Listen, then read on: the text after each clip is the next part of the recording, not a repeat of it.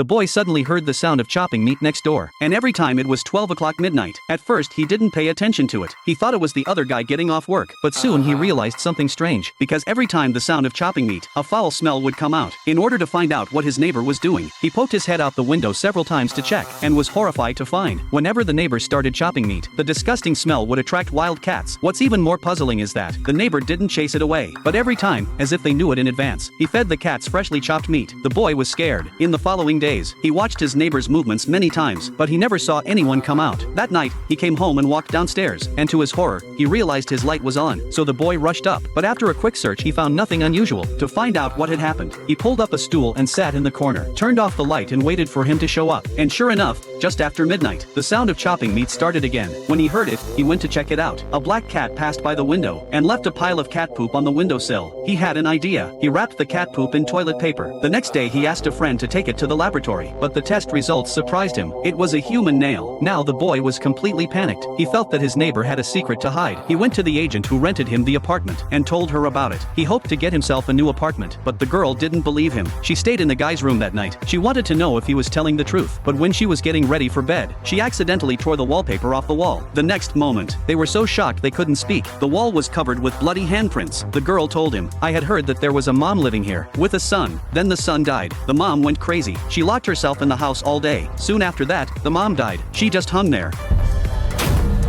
To make sure the legend was true, I couldn't wait to check the internet, and sure enough there was news about it, and it happened just half a year ago. He thought the legend had something to do with his neighbor. He wanted to find out what his neighbor was up to. At night, he turned off all the lights, then he sat in his room and waited. It was 12 o'clock midnight. The familiar sound of chopping meat began again.